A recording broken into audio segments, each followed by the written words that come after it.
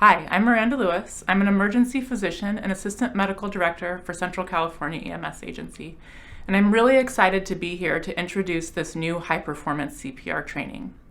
After finishing my residency here in Fresno, I spent 2 years working with Seattle Fire Department and King County Medic 1. So Medic 1 is really well known for their excellence in pre-hospital cardiac arrest care and high survival rates from out-of-hospital cardiac arrest.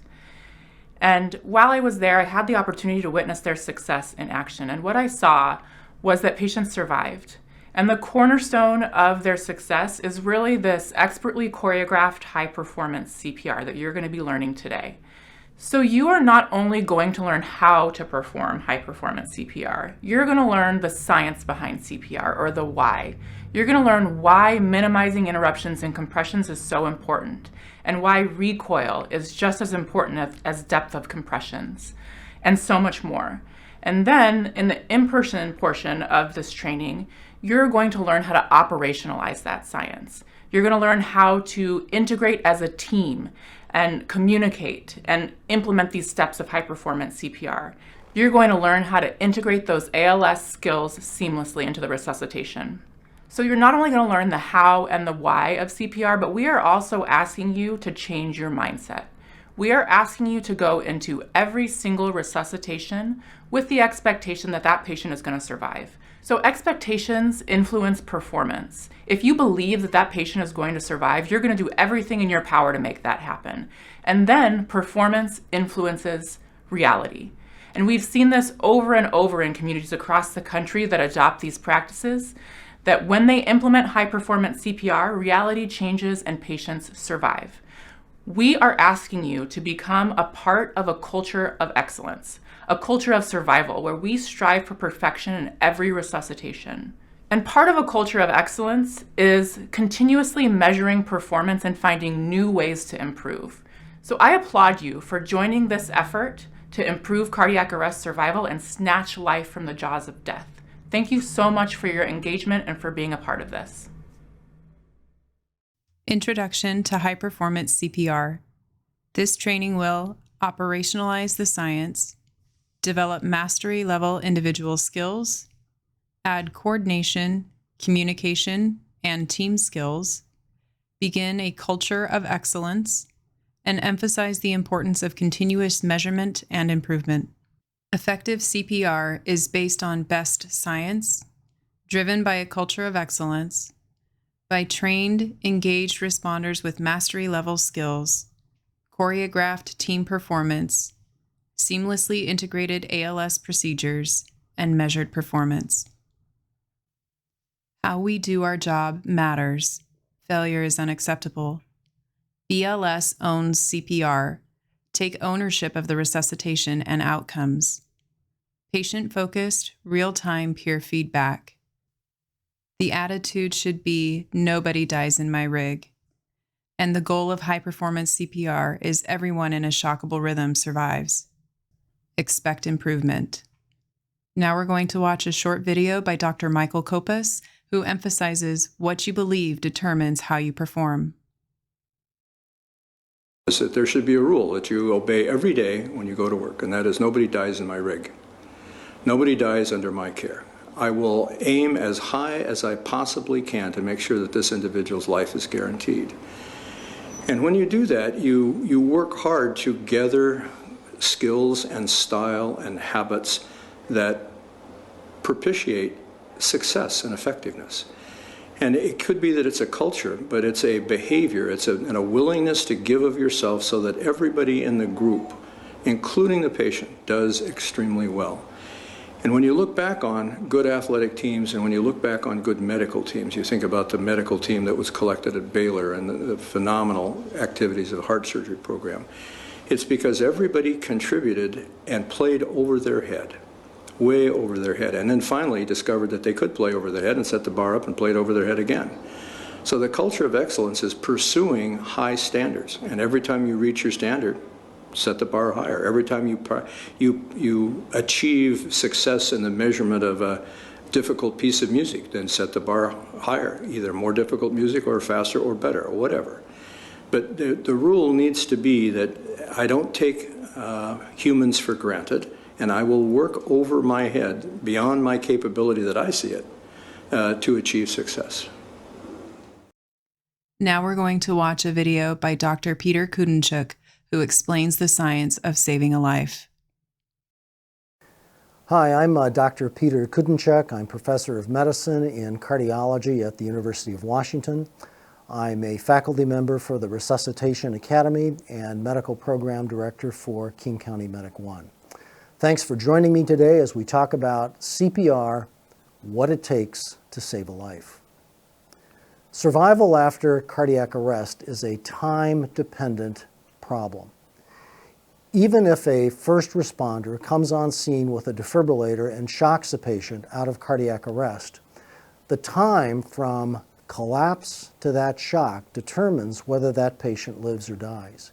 In this slide, you can see that as the bars in this graph, as the likelihood of surviving a cardiac arrest based on the time from collapse to when the first shock is administered. And notice while an early shock is highly effective for terminating ventricular fibrillation, the red line is a line of death. For every minute that passes before a shock is administered, survival falls by about 10%. Notice what happens though if the first responder administers CPR. That red line of death now becomes a gold line of life. It's as if CPR suspends the process of death and buys more time and makes that shock at whatever interval it's given, early, middle, or even later, more likely to save that individual's life. And that kind of CPR, or high-performance CPR, is what we want to talk about today. So let's break it down. What are the components of CPR when someone comes on scene, a first responder, and starts pressing on the chest? Let's break it down into two pieces. The first is compression piece. If you think about the chest or the thorax as a pump, when you are placing your hands on the chest and pushing down, what you're doing is increasing pressure inside the chest. That's called intrathoracic pressure.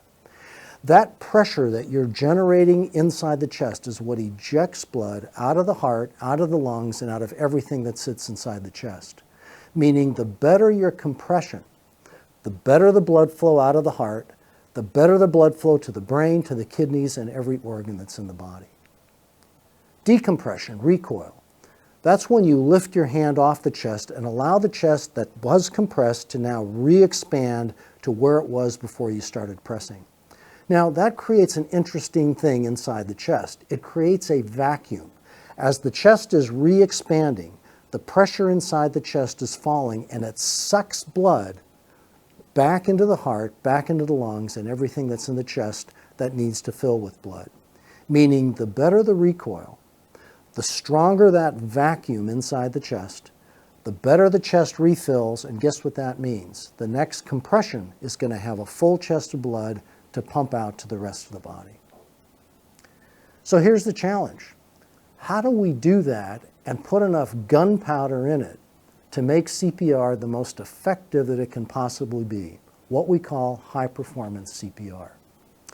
Well, here are the 5 what you can call metrics that the American Heart Association recommends for what it takes to deliver effective and high-performance CPR. And they're pretty simple rules. This is not rocket science. The first is optimize your chest compression rate, meaning press the chest at 100 to 120 compressions per minute. Number 2, press deeply, at least 2 inches for every compression. Third, minimize interruptions in chest compressions, meaning keep what's called the chest compression fraction, the percentage of time you're doing CPR in someone who's pulseless, as high as you possibly can. Fourth, let that chest recoil. Don't lean on the chest, let it bounce back so it can refill the heart. And finally, control breathing and ventilation. Let's talk about each one of these in turn. First question you could ask is, where did we come up with these numbers? 100 to 120 compressions per minute, 2 inches? Did we just make them up? Is there any information, any real studies that tell us these numbers truly make a difference? Well, there are. And let me just delve into the science a little bit with you here. Here's a study of over 6,000 adults who had a cardiac arrest. And during the time that they were being resuscitated, the kind of defibrillators that were put on their chest could measure not only the rhythm that they were in, that whether it needed to be shocked or not, but could also measure the rate of compression. So you could count every compression and how frequently that was given. Now, if you did that and you asked what was the relationship between survival, the left side of the graph, and the rate at which compressions were given, you come up with the gold line that you see in this slide. And notice that at between 100 and 120 compressions per minute, survival is at its peak in these patients who got CPR. Notice also if you press less than that rate, survival falls off, and just as important, if you press faster than that rate, survival also falls off, which says that sweet window of 100 to 120 compressions per minute and staying within that range is a life-saving component of CPR. What about chest compression depth? Meaning, does it matter how deeply you press the chest as to whether it affects outcome? Well, once again, 9,000 patients who had an out-of-hospital cardiac arrest, who while they were getting CPR, you could monitor how deeply the chest was being pressed each time a chest compression was administered. And here's the same graph. On the left side is survival to hospital discharge, and on the bottom is the depth in inches that was administered during CPR. And notice if you look at that red line that right at around 2 inches, you have the sweet spot of maximizing survival in that group of patients. Notice something else. Drop chest compression by ½ an inch and survival falls by 50%. 50% for merely ½ an inch. So if you want an equation to think about the relationship between chest compression depth and survival, for every ½ inch you can increase the depth, survival improves by 5%. You save 5 more people out of 100 by just putting in that extra ½ inch. Makes a big difference. So it makes sense. Chest compression rate, chest compression depth. What about interruptions in CPR? What impact does it have when chest compressions are paused for a short period or even for a longer period during CPR? So let's look at it for a minute. In this particular diagram, you see on top chest compressions being given to the heart. And on the bottom, I'm showing you the pressure that's generated with each one of those compressions. So with CPR, you're generating a blood pressure. Remember that compression is pushing blood out of the heart, out of the chest, and creating a blood pressure. Notice on the right portion of the slide, within 3 seconds of getting your hands off the chest, pressure plummets to 0. No flow anywhere, not to the heart, not to the brain, within 3 seconds. Now I got to be honest with you. I used to think interrupt CPR for 3, 4, 5 seconds, that's like just holding your breath and you just pick up right where you left off. But here's the sad message of CPR. Once you pause CPR, you do not begin where you left off with a high pressure. You start right from the beginning, and it takes you another 30 compressions or about 16 seconds to make up for 3 or 4 seconds of a pause in CPR. What that says is that anytime you pause CPR for more than 3 or 4 seconds, it costs the patient about 20 seconds of perfusion. Now, what difference does that make to survival? In this particular graph, what you see is on the left side, survival to hospital discharge, and on the bottom, interruptions in CPR. The further you go to the right, see what happens to that green line. Survival falls from 30% to 23% to 12% and finally 0% the more interruptions there are in CPR. Those can be short interruptions, they can be long interruptions, but interrupted CPR affects survival. So we've talked about rate, we've talked about depth, and we've talked about the importance of not interrupting CPR. Let's talk a little bit about what happens when you lift your hands off the chest and you have recoil. What can we do to maximize that and to make sure we don't interfere with it? Well, let's go back to the decompression phase of CPR. What's going on at that particular time? Well, remember again, the chest is bouncing back from its original pressed configuration. And as a result, there's a vacuum that's creating inside the chest. That vacuum is refilling the heart and lungs by sucking blood back into the chest itself, meaning the better the vacuum, the better the refilling, and the more the chest is refilled, the better the next compression. Letting that chest recoil is really critical. But here's the problem. Doing CPR is hard work. You are pressing, and often what happens is we get tired, and after we press, instead of lifting our hands and allowing the chest to completely recoil, we tend to keep our hands with just a little bit of pressure on the chest, meaning we don't allow the chest to completely recoil because we're resting on it because we're tired. Now, when we do that, what are we doing? We're interfering with the vacuum that the chest is creating as a result of bouncing back. And what impact can that have on cardiac arrest outcome? Well, a study was done looking at pigs where exactly that was done. What you see in this slide is measuring the blood supply to the heart on the left side and the blood flow to the brain on the right side. And this is the measure of blood supply to the heart and to the brain during regular CPR in these pigs. Full compression, full decompression. The study then did something very interesting. They did everything the same except they didn't take their hands completely off the chest. They left in these pigs just a fraction of an inch of pressure on the chest, like you were leaning, like you were tired, and they said, what effect did that have on blood supply to the heart and blood supply to the brain? And if you look at this, you can see that the heart lost a third of its blood supply and the brain lost half of its blood supply, simply by not letting the chest recoil to its full configuration after it was compressed. So, chest compression rate, chest compression depth, not interrupting CPR, and allowing full recoil of the chest. What about ventilation, breathing in cardiac arrest? Let's talk about that just for a moment. First of all, the question is, does a first responder necessarily have to ventilate someone who's in cardiac arrest? And the answer is yes and no, and let me explain that to you.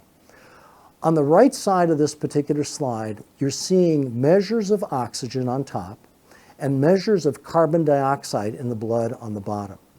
And what you can see is that the red line for oxygen and the blue line for carbon dioxide change during cardiac arrest when no ventilation is being provided. Oxygen in the red line declines over time. Carbon dioxide, the blue line, increases over time because you can't get CO2 out and you can't get oxygen in if you're not ventilating. But notice this, for the first 4 to 5 minutes after someone collapses, CO2 levels, carbon dioxide, and oxygen levels are essentially unchanged, which means for the first few minutes of cardiac arrest when someone has ventricular fibrillation, breathing doesn't matter. The problem comes after 4 or 5 minutes, particularly when you're doing CPR, that now the body needs oxygen and the body needs to get rid of CO2, and that's where ventilation comes into play.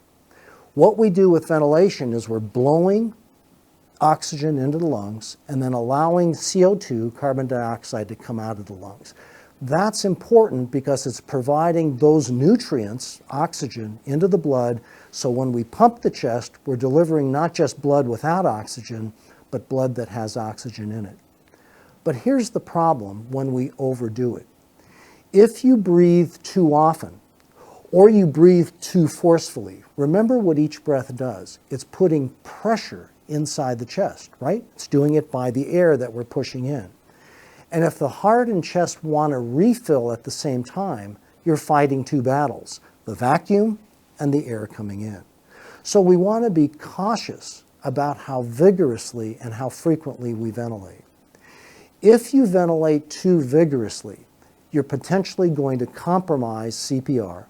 If you don't ventilate at all, the patient's going to lose their oxygen and the ability to get rid of carbon dioxide. But what's the bottom line? Here it is. Number one, ventilation is important, but it's not the most important thing for a first responder to do in the first 4 to 5 minutes. That's where hands-only CPR works because ventilation isn't critical. Number 2, after that, breathing and ventilation become important. But excessive breathing works against CPR because it works against chest refilling. Also remember, when the heart is in cardiac arrest, even with CPR, it's not a normal cardiac output. And as a result, the amount of breathing and ventilation doesn't have to be the same as in a normal breathing person. It can be less. How do we do that? Give small breaths, sufficient to see the chest rise, and you're done. You don't need to put a big cannon of air inside the chest. A small amount will do the trick. It'll get oxygen in, it'll get CO2 out, and the patient will do better as a result.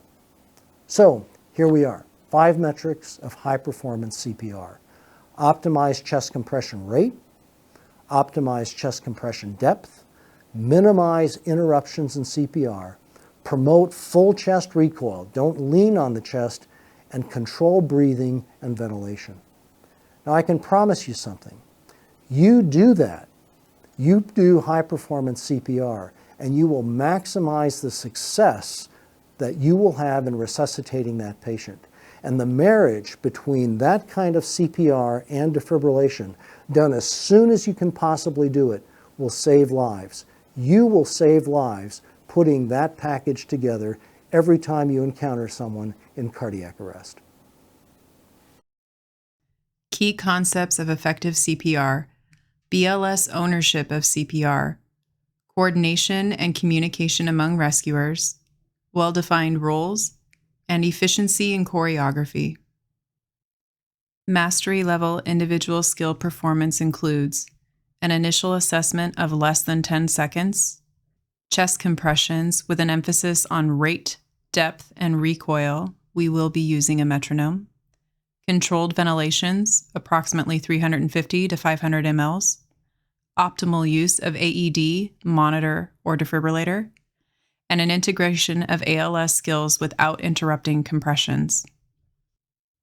Coordinated team performance. Eliminate all unnecessary interruptions by utilizing standard roles and commands, a focus on choreographed movement, hover hands over chest and shock button during analysis, and locate femoral pulses during compressions, analysis, and quick look. High-performance teams are successful when positions are pre-assigned prior to arrival. The assessor, which includes AED, monitor, and defibrillator, the compressor, ventilator, timekeeper and countdown, and on deck, who's next up for compressions. High-performance CPR includes some new commands: hover, rotate, start CPR, stop CPR, and check pulse at the femoral artery. Continuing with our commands: analyzing, clear, shock, no shock advised, shocking. When counting compressions in a 30 to 2, count the last few compressions. For example, 27, 28, 29, 30. And give a countdown before switching compressors. 30 seconds till rotate. 10 seconds. 5, 4, 3, 2, 1. Switch compressors. Here is what high-performance CPR looks like in a 2-rescuer response, a BLS response, and a BLS and ALS integrated response.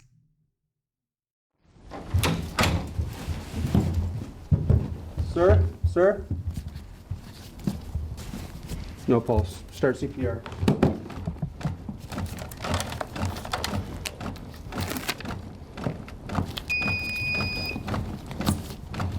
Point to right, very good. Apply pad. Plug in patch connector next to flashing light.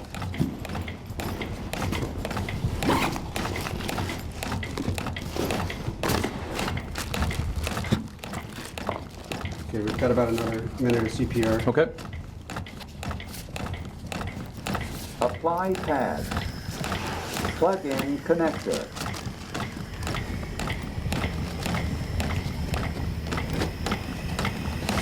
Okay, it's about 2 minutes. Okay. Clear to analyze. Apply pads to patient. Stay clear Analyzing. of patient. Rotate. Analyzing. Ready for shock? You ready? Stay clear of patient. Shock advised. Okay, we're shocking. Continue Shock compressions. delivered. Begin CPR.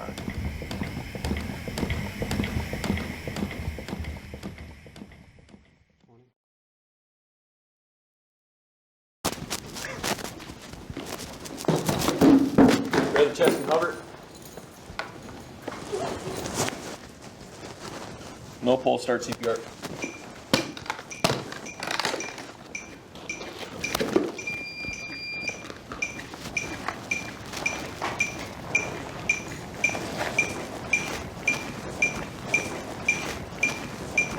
Eight, 9, 30, the compression's on board.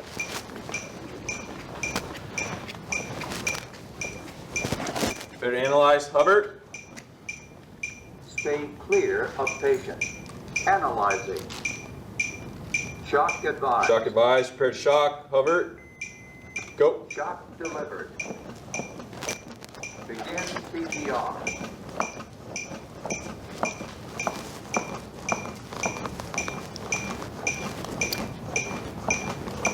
Five, 6, 7, 8, 9, 30. Good pulses with compressions.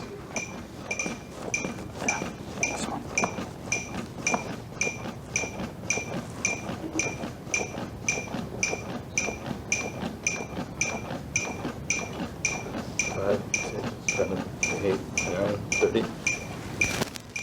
Gunner, you can release the airway. Approaching the 5th round, you're going to rotate out after this 5. We're going to analyze.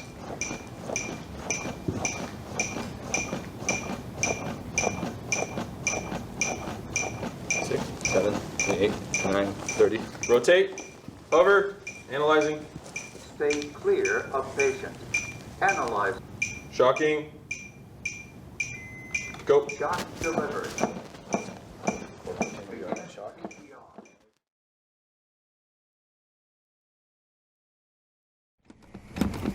6, 27, 28, 29, 30. Chest ventilations. 20. Matt, how's it going? Good. What you guys at? 28, 29, 30. One more respiration round. Good ventilation. Swap out. Clear to analyze. Okay. After this respiration, Mario, you hop out. 20. 28, 29, 30. Okay, and continue with compressions. After this cycle, we'll analyze. Okay. Remember, we'll hover while we analyze. 20. 6, 27, 28, 29, 30. Okay, clear to analyze. Stay clear of patient. You want to hop out, Andrew? Shock advised. Stay clear of patient. Hover. Deliver shock. Continue. Okay, we're going to switch over to your machine. Yes. Going for the IV tie.